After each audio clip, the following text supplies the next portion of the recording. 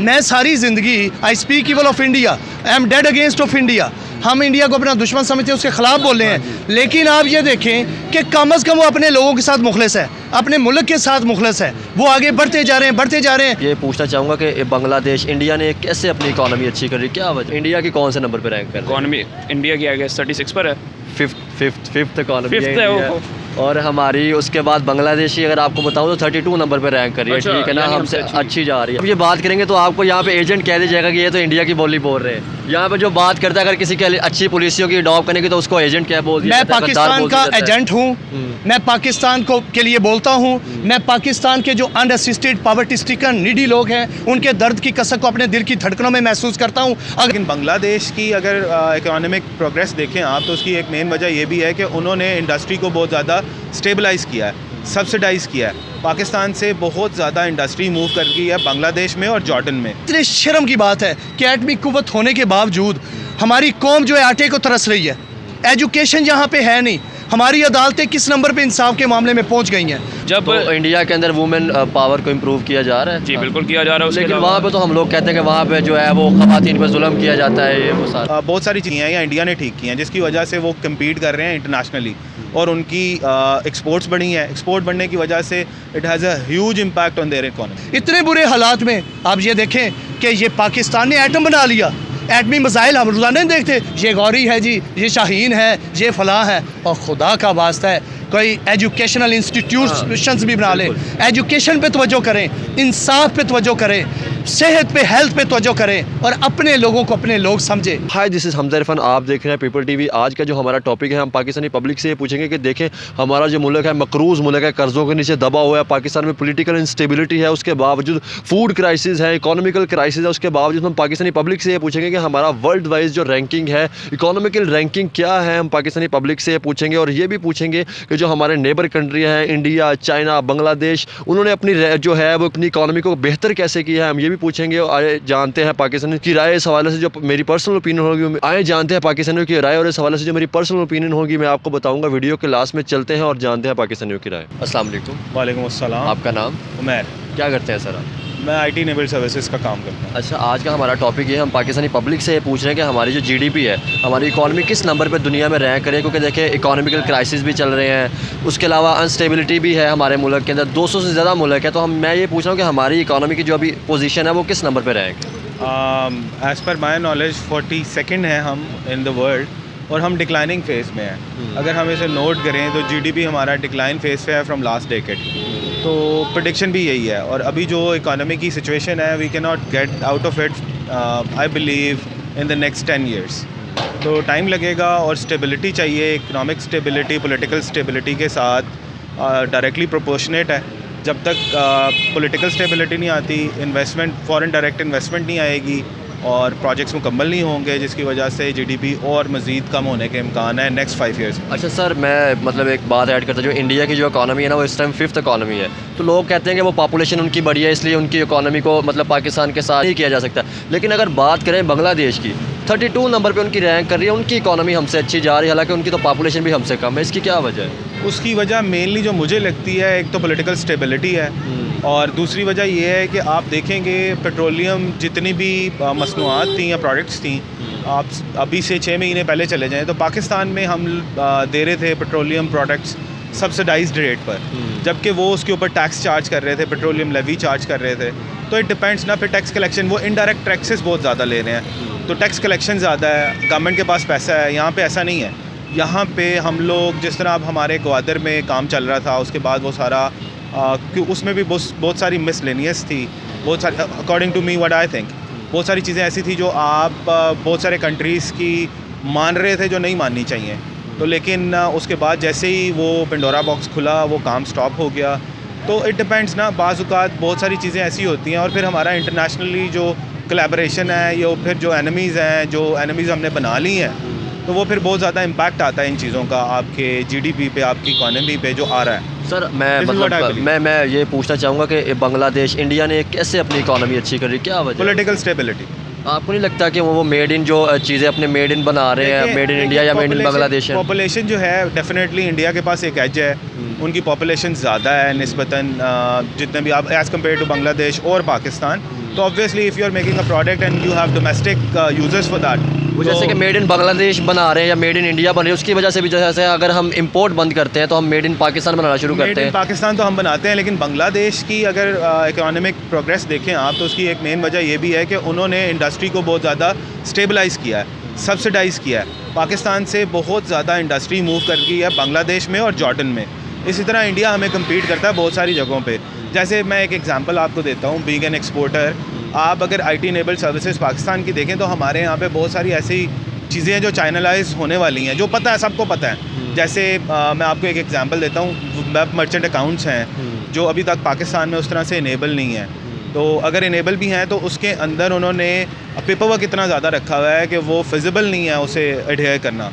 तो इस तरह बहुत सारी चीज़ें ऐसी हैं जो बांग्लादेश ने अपने ग्रास रूट लेवल पे ठीक की हैं या इंडिया ने ठीक की हैं, जिसकी वजह से वो कम्पीट कर रहे हैं इंटरनेशनली और उनकी एक्सपोर्ट्स बढ़ी हैं। एक्सपोर्ट बढ़ने की वजह से it has a huge impact on their economy. This is what I believe, this is the mean. चले, थैंक यू सर, बहुत शुक्रिया। अस्सलाम वालेकुम। जी वालेकुम सलाम। आपका नाम? शहरयार। क्या करते हैं भैया? मैं लॉ कर रहा हूँ QLC से। अच्छा, मैं आपसे क्वेश्चन पूछूंगा कि हमारे जो मुल्क के क्राइसिस चल रहे हैं या जो हमारे मुल्क के जो भी मसले चल रहे हैं, उसके बावजूद हमारी जो GDP है वो किस नंबर पर रैंक कर रही है, ये पूछना चाहूँगा। जी एक्चुअली ये जो रैंकिंग है ये काफ़ी फ्लक्चुएट करती रहती है, मगर फिलहाल इस वक्त 42 नंबर पर है हमारी जो इकोनॉमी है। इंडिया की कौन से नंबर पर रैंक कर रही है? इकोनॉमी इंडिया की आगे 36 पर है। फिफ्थ इकोनॉमी Fifth है वो। और हमारी उसके बाद बांग्लादेशी अगर आपको बताऊं तो 32 नंबर पे रैंक कर रही है। अच्छा, ठीक है ना, यानी हमसे हमसे अच्छी जा रही है। अच्छा। क्या वजह है कि देखें उन्होंने हमारे साथ इनिशिएटिव, लोग यहाँ पे कहते हैं कि जो है ना वो इंडिया की पॉपुलेशन ज़्यादा है इसलिए हम कंपेयर नहीं कर सकते पाकिस्तान, लेकिन देखें बांग्लादेश की तो पॉपुलेशन पाकिस्तान से कम है ना, उनकी क्यों फिर अच्छी जा रही है? जी एक्चुअली उधर पाकिस्तान के बरक्स उधर पॉलिटिकल स्टेबिलिटी है, उसके अलावा उन्होंने अपनी वुमेन को काफ़ी एम्पावर किया है और वो अपने रिसोर्सेज पर रिलाई करते हैं, जिसकी वजह से उनकी इकोनॉमी हमसे काफ़ी कदर अच्छी है। पाकिस्तान की क्यों नहीं अच्छी जा रही? क्या पाकिस्तानी एक्चुअली पॉलिटिकल इंस्टेबिलिटी है, रिजीम चेंज बार बार होता है। उसके अलावा जो हुकूमत है इस पर फॉरेन फंडर्स जो हैं वो ट्रस्ट नहीं करते। उसके अलावा हमारे वुमेन को भी हमारी सोसाइटी ने इतना एम्पावर नहीं किया कि वो वर्क कर सकें। तो यही कुछ चंद वजूहात हैं। और इंडिया की क्यों अच्छी जा रही है? देखें ना, ये हमारे नेबर कंट्री है, चाइना की सेकंड बड़ी इकोनॉमी है। देखें एक टाइम पे हमने चाइना को कर्ज भी दिया था 1 लाख, याद होगा, तो वो इसलिए उनकी क्यों इकोनॉमी अच्छी जा रही है? अगर इंडिया की बात करें तो उसकी क्यों अच्छी जा रही है? ये हमने चाइना के अलावा हमने जर्मनी को भी कर्ज दिया था, ये भी आपको पता होगा बिल्कुल। मगर वही बात आ जाती है, जिस कौम ने तरक्की करनी होती है वो सबसे पहले अपनी वुमेन को पढ़ाती लिखाती हैं, उनको एम्पावर करती हैं। उसके अलावा उधर जो माशी काम है वो पॉलिटिकल इस्तेकाम के बाद ही आता है। जब तो इंडिया के अंदर वुमेन पावर को इम्प्रूव किया जा रहा है? जी बिल्कुल किया जा रहा है। उसके लेकिन अलावा वहाँ पे तो हम लोग कहते हैं कि वहाँ पे जो है वो ख़वातीन पर जुल्म किया जाता है, ये वो सारा। जी वो सब तो है, मगर इतना जुल्म नहीं होता जितना पाकिस्तान के अंदर जुल्म हो रहा है सोसाइटी के लिहाज से, जितना सोसाइटी वुमेन को प्रेस कर रही है पाकिस्तान के अंदर। अच्छा, इम्प्रूव कैसे? देखें ना, आप भी पाकिस्तानी है, मैं पाकिस्तानी हूँ, हमारी यूथ ने आ गया ना, नस्लों ने हमारे ना, इसको इम्प्रूव कैसे कर सकते हैं? इम्प्रूव हम लोग अपने क्या नाम है सोसाइटी के अंदर मॉरल एजुकेशन दे के कर सकते हैं, अपनी वुमेन को एम्पावर करके कर सकते हैं। उसके अलावा हम अपनी गवर्नमेंट के ऊपर ट्रस्ट करके कर सकते हैं, और गवर्नमेंट पे ट्रस्ट तब भी होता है जब गवर्नमेंट अच्छी हो। अब मेरे ख्याल से एक और भी वजह नहीं उनकी इकोनॉमी अच्छी होने की, कि वो जो है ना वो made in India, made in China, जो मेड इन बांग्लादेश जो है वो बना रहे हैं। जी बिल्कुल, ये बात मैंने पहले ही कही थी कि वो अपनी रिसोर्सेज पे ज़्यादा रिलाई कर रहे हैं। और चाइना ने भी बिल्कुल यही काम किया, वो अंदर से रिसोर्सेज बना के बाहर बेच रहे हैं, एक्सपोर्ट बढ़ा रहे हैं, इंपोर्ट कम कर रहे हैं। हमारी जगह इंपोर्ट कितनी है, अगर हम अपनी इंपोर्ट कम करें, एक्सपोर्ट बढ़ाएं, मेड इन पाकिस्तान बनाए तो हमारी भी इकोनॉमी ऐसी बात है। मेड इन पाकिस्तान बनाए मगर उसकी क्वालिटी भी अच्छी हो, उस लिहाज की हो कि बाहर एक्सपोर्ट जा सके, और यही वजह है थोड़ी बहुत। चले, थैंक यू जी, बहुत शुक्रिया। शुक्रिया, थैंक। अस्सलाम वालेकुम। जी वालेकुम अस्सलाम। आपका नाम? नवीद। क्या करते हैं सर आप? क्या कर रहे हैं? मेहनत मजदूरी करते हैं और क्या कर रहे हैं। अच्छा, मैं ये पूछ रहा हूँ कि हमारे देखें मुल्क के अंदर कितने क्राइसिस हैं, पॉलिटिकल इंस्टेबिलिटी है, उसके बावजूद अगर पूछूँ तो मैं ये पूछना, मेरा क्वेश्चन ये है कि हमारी जो GDP है, इकोनॉमी है, किस नंबर पर रैंक कर रही है? 34 नंबर आई थिंक है। 42 नंबर पे। 42 है। हाँ जी। चले शुक्र है कुछ ऊपर है, लेकिन ये तकलीफ दे चीज़ है। देखिए ये तो है कि 200 से प्लस कंट्री है लेकिन 42 पे है, लेकिन ये देखें अगर हम इंडिया की बात करें, बांग्लादेश की बात करें, हमारे नेबर कंट्री चाइना की बात, इंडिया की बात करें 5th नंबर पे है, बांग्लादेश की 32 नंबर पे है, चाइना की सेकंड बड़ी जो है वो जो इकोनॉमी है। मैं आपको सवाल करूं, जवाब आप दे, बात आप मुझसे पूछे ना, मुझे बोलने दें। सर बात ये है भाई, देखें चाइना तो बहुत बड़ी बात है कि वो सुपर पावर है, लोग तो अमेरिका को कहते हैं ना। असल अगर देखा जाए ना, आज अमेरिका भी चाइना का मकरूज़ है। उन लोगों ने अपने मुल्क से करप्शन का खात्मा किया और उन्होंने अपनी आवाम पे गुर्बत का खात्मा किया, तवज्जो दी है और मेहनत और एजुकेशन के ऊपर फोकस किया है। और आज वो देखें पूरी दुनिया में अब चले जाएं, चाइना अमेरिका भी मकरूज़ है चाइना का। चाइना को पाकिस्तान के साथ तो हम कंपेयर कर नहीं सकते। मैं सारी ज़िंदगी I speak evil of India, I am dead against of India. हम इंडिया को अपना दुश्मन समझते हैं, उसके खिलाफ बोल रहे हैं। लेकिन आप ये देखें कि कम अज़ कम वो अपने लोगों के साथ मुखलिस है, अपने मुल्क के साथ मुखलिस है। वो आगे बढ़ते जा रहे हैं, बढ़ते जा रहे हैं। और हमें अपने घर में हमारी देखें डर्टी पॉलिटिक्स चली हुई है। आप रिसेंट पॉलिटिकल डेवलपमेंट्स देखें, जहाँ पे हर बंदे की ख्वाहिश है, हर बंदे की जमात की, कि मैं किसी तरह प्राइम मिनिस्टर बन जाऊँ। मेरे हाथ में इस मुल्क की किस्मत की, लोगों की तकदीरें मेरे हाथ में आ जाएँ, इस मुल्क की भाग दौड़ मेरे हाथ में आ जाए, मैं अपनी आने वाली कोई 100,000 नस्लों को संवार जाऊँ। जितना इसका खून चूसा जा सकता है, जितने इसको मैं लूट सकता हूँ लूट लूँ। जब तक ये आपस की लड़ाइयाँ, ये मुल्क में सियासी अदम इस्तेहकाम ख़त्म नहीं होगा, तब तक मैशत हमारी बेहतर नहीं होगी। और यही मुल्क दुश्मनों का एजेंडा था पाकिस्तान के, जिन्हें पाकिस्तान कांटे की तरह खटकता था। वो लोग देखें, पाकिस्तान एक छोटा सा मुल्क होके इस्लामी दुनिया के एक मान बन गया, एक एटमी ताकत। आज देखें हम, कितने शर्म की बात है कि एटमी कुव्वत होने के बावजूद हमारी कौम जो है आटे को तरस रही है। एजुकेशन यहाँ पे है नहीं, हमारी अदालतें किस नंबर पे इंसाफ के मामले में पहुँच गई हैं। और यहाँ पे हैं, झगड़े ही ख़त्म नहीं होते। वो कहते हैं जी ये जो गंद डाला था ये मुझसे पिछले डाल गया, वो कहते हैं जी आके मैं ये कर दूंगा। लेकिन लोगों को उनकी तकदीरें क्या बदलनी है, उन्हें तारे तोड़ के क्या लाने हैं, उन्हें तो दिन में तारे दिखाने शुरू कर दिए। जैसे आपने बात की कि अगर हम बात करें, हमारी पब्लिक के जहन में ये डाल दिया गया कि इंडिया जो है हमारा दुश्मन है, तो अगर आप ये बात करेंगे तो आपको यहाँ पे एजेंट कह दिया जाएगा कि ये तो इंडिया की बोली बोल रहे हैं। यहाँ पे जो बात करता है, अगर किसी की अच्छी पॉलिसियों की अडॉप्ट करने की, तो उसको एजेंट क्या बोल दिया जाता है? मैं पाकिस्तान का एजेंट हूँ, मैं पाकिस्तान के लिए बोलता हूँ। मैं पाकिस्तान के जो अनअसिस्टेड, पॉवर्टी स्ट्रिकन, नीडी लोग हैं, उनके दर्द की कसक को अपने दिल की धड़कनों में महसूस करता हूँ। अगर कोई इस बात पे गद्दार समझता है तो हमें ऐसी गद्दारी पे फ़ख्र है।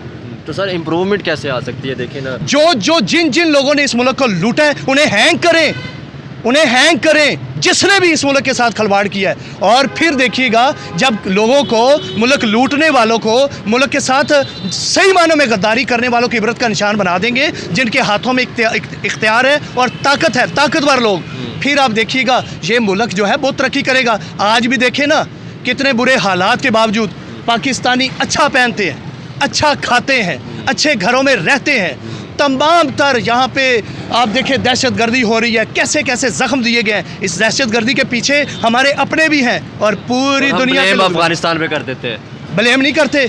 अफगानिस्तान कठपुतली बना हुआ है इंडिया का, ये ब्लेम नहीं है। अफगानिस्तान के लिए क्या नहीं पाकिस्तान ने किया। जब 1 रुपए के इतने अफगानी नोट मिलते थे, और आज तो 3.5 रुपये का हो गया उनका अफगानी, हमारे 3.5 रुपये हो तो उनके 1 है। ये मेहरबानियाँ हैं हमारे क्या आप कहें कायदीन की। अदरवाइज़ क्या नहीं किया पाकिस्तान ने अफगानिस्तान के लिए? यहाँ पनाहें दी, जब उन पे बम बरसाए जाते थे, जब उनका जीना हराम किया हुआ था दुनिया ने, तो पाकिस्तान ने बड़े दिल का आज ये देखें, इंडिया से क्रिकेट मैच हार के जश्न मनाते हैं और पाकिस्तान से अगर हार जाते हैं तो रोते हैं अफगानी। यही तो बात है। मुसलमान, अल्लामा इकबाल ने कहा था ना, एक हो मुस्लिम हरम की पासबानी के लिए, नील के साहिल से लेके ताब खाके काशगर। मतलब मुसलमान जब तक इकट्ठे नहीं होंगे, जब तक एक जिस्म की मानत, जैसे अल्लाह के नबी सल्लल्लाहु अलैहि वसल्लम फरमाया, तब तक नहीं होंगे, तब तक ये आगे नहीं बढ़ सकेंगे। आज दुनिया में सबसे ज़्यादा मुसलमान हैं और सबसे कम यहूदी हैं। यहूदी पूरी दुनिया में छाए हुए हैं। तमाम मीडिया, तमाम इंटरनेशनल पॉलिटिक्स, तमाम मैशत आज यहूदियों के कंट्रोल में है। ओनली 2% हो गए। क्यों? क्योंकि वो अपने लोगों के साथ, अपने साथ मुखलस है। उन्होंने अपने जो उनका मज़हब कहता है उसको वो फॉलो कर रहे हैं। वो पूरी दुनिया पे हुकूमत करने के ना सिर्फ ख्वाब देखते हैं, वो कर रहे हैं। हम ये है, हम कहते हैं जी ये लूट के खा गया, ये गद्दार है, इसने पाकिस्तान जिंदाबाद का नारा क्यों लगा दिया है, इसने फलां को मुंशी क्यों कह दिया है, इसने ये कर दिया, इसको वो कर दिया, जेलों में दो, नंगे करो, वीडियोज़ बनाओ इनको। ये बहुत बुरी तकलीफ बात है। इसमें ये होना चाहिए मेरे भाई कि एक टेबल पे बैठ जाए। खुदा के लिए पाकिस्तान में बहुत ब्रेन है, बहुत इंटेलिजेंट लोग हैं, बहुत टैलेंटेड लोग हैं, बहुत कॉम्पिटेंसी है लोगों में, और सबसे बड़े बहुत बड़े दिल के लोग हैं। इतने बुरे हालात में आप ये देखें कि ये पाकिस्तान ने एटम बना लिया। एटमी मिसाइल हम रोज़ाना नहीं देखते, ये गौरी है जी, ये शाहीन है, ये फलां है। और खुदा का वास्ता है कोई एजुकेशनल इंस्टीट्यूशंस भी बना ले। एजुकेशन पे तवज्जो करें, इंसाफ पे तवज्जो करें, सेहत पे, हेल्थ पे तवज्जो करें, और अपने लोगों को अपने लोग समझे। इस अवाम, ये देखें, ये लोग जो है अवाम, ये तो मुखलस है, ये जिसको समझते हैं कि ये हमारा मसीहा है। ये बेचारे मारे भी खाते हैं, खून भी बहाते हैं, शहीद भी होते हैं, ज़ख्मी भी होते हैं। बाद में क्या होता है, हुक्मरान बैठ के जनाब किसी जमात का लीडर जो है वो इक़्तिदार के वानों में बैठ जाता है, तो फिर इसी अवाम और अपने दरमियान दीवारें चीन खड़ी कर रहता है, उन्हें क्या मिल सकता है? बताएं मुझे, कोई भी प्राइम मिनिस्टर हो या चीफ मिनिस्टर हो, मैं या आप, उन्हें मिल सकते हैं? नहीं मिल सकते बिल्कुल। तो इसके लिए मेरे भाई ये है कि इंसाफ का निज़ाम मजबूत करना पड़ेगा। सबसे पहले तो लैक ऑफ एजुकेशन को एजुकेशन पे वही मैं आपको कहने लगा था, एजुकेशन पे तवज्जो देनी होगी, हेल्थ पे अपने लोगों पे तवज्जो देनी होगी। आप हज़रत उमर सानी जिसे कहा जाता है, हज़रत अब उमर बिन अब्दुल अजीज़ रहमतुल्लाह अलैह, आप देखें ना, वो शहज़ादे थे मदीना के, जब वो वहाँ के प्रिंस बने पहले तो वो इक़्तिदार ही नहीं वहाँ का लेते थे। जब उन्हें ज़बरदस्ती इक़्तिदार दिया गया, इक़्तिदार से पहले जहाँ से वो गुजर जाते थे 3-3 4-4 घंटे खुशबुएं नहीं जाती थी, लोगों को पता चल जाता था कि हज़रत उमर बिन अब्दुल अजीज़ रहमतुल्लाह अलैह यहाँ से गुजरे हैं। और उसके बाद आज तक जो मक्के मदीना में ख़ास तौर पे आपको तरक्की नज़र आती है, उनके दौर में उन्होंने कहा जी लिस्टें लाएं, जितने यहाँ के अनएम्प्लॉयमेंट हैं, बेरोज़गार हैं, उनको रोज़गार दे सरकारी ख़जाने से, जितने यहाँ पे डीडी लोग हैं उनके वज़ाइफ लगाएं, जितने इवन कमवारे हैं जिनकी बच्चे जवान हो रहे हैं, पैसे नहीं है, शादी नहीं कर रहे, उनकी शादियाँ सरकार के ज़िम्मे हैं। हज़रत उमर रज़ी अल्लाह तआला अन्हु फरमाते थे कि फ़रात के किनारे कुत्ता मर गया तो उसकी ज़िम्मेदारी उमर को जवाब दे अल्लाह की अदालत में होना। अब ये हमारे हुक्मरान भूल गए, कब तक ज़िंदा रहेंगे? आज फ़िरौन है इस दुनिया में? आज मुझे बताएं सिकंदर आज़म है इस दुनिया में? आज जनाब मुगलिया ख़ानदान किधर गया है? आज जितने भी बनु उमैया ये ख़ानदान किधर गए हैं? ये 4 दिन की ज़िंदगी है। फिर everyone have to account for his deeds at the day of judgement before Allah almighty. Allah के सामने हम सब जवाबदेह है। मेरी भी जिम्मेदारी, आपकी जिम्मेदारी है, आप बहुत खूब निभा रहे हैं। Wish you all the best. आपके चैनल के लिए भी वाकई ये पीपल चैनल लोगों की आवाज़ है। मेरी बेस्ट विशेज़ हैं आपके लिए, इसके लिए, और मेरी दुआ है कि अल्लाह पाकिस्तान को मुस्तहकम करे, पाकिस्तान की आवाम को खुशहाल करे और इत्तफाक लेके आए। जो ताकतवर लोग हैं वो सबसे पहले पाकिस्तान के बारे में सोचें। थैंक यू सर, बहुत शुक्रिया, अच्छा लगा। आपने जानी पाकिस्तानियों की ओपिनियन, और इस हवाले से जो मेरी पर्सनल ओपिनियन है वो ये है कि अगर हम बात करें, हमारा मुल्क एक मकरूज़ मुल्क है, उसके बावजूद अगर हम देखें 200 से प्लस कंट्रीज़ है, लेकिन हमारी जो रैंकिंग है वो 42 नंबर पे है। हम इसे ज़्यादा इम्प्रूव कर सकते हैं। वो कैसे इम्प्रूव कर सकते हैं? अगर हम इम्पोर्ट को बंद करें और मेड इन पाकिस्तान बनाना शुरू करें, अगर हमारे मुल्क के अंदर पॉलिटिकल इंस्टेबिलिटी हो और हमारा मुल्क बेहतर तरक्की कर सकता है। अगर हम बात करें इकोनॉमिकल स्टेबिलिटी की, तो वो पॉलिटिकल स्टेबिलिटी से रिलेटेड होती है। अगर हमारे मुल्क के अंदर पॉलिटिकल स्टेबिलिटी होगी तो हमारा मुल्क के अंदर इकोनॉमिकल स्टेबिलिटी होगी। हमें अपने मुल्क को बेहतर करने के लिए अपने मुल्क के अंदर पॉलिटिकल स्टेबिलिटी लानी पड़ेगी, जिससे हमारी रैंकिंग जो है इकोनॉमी की बेहतर होगी, क्राइसिस भी ख़त्म हो सकते हैं। तो ये थी आज की वीडियो। इस वीडियो को लाइक करें, पीपल टीवी को सब्सक्राइब करें। Thank you.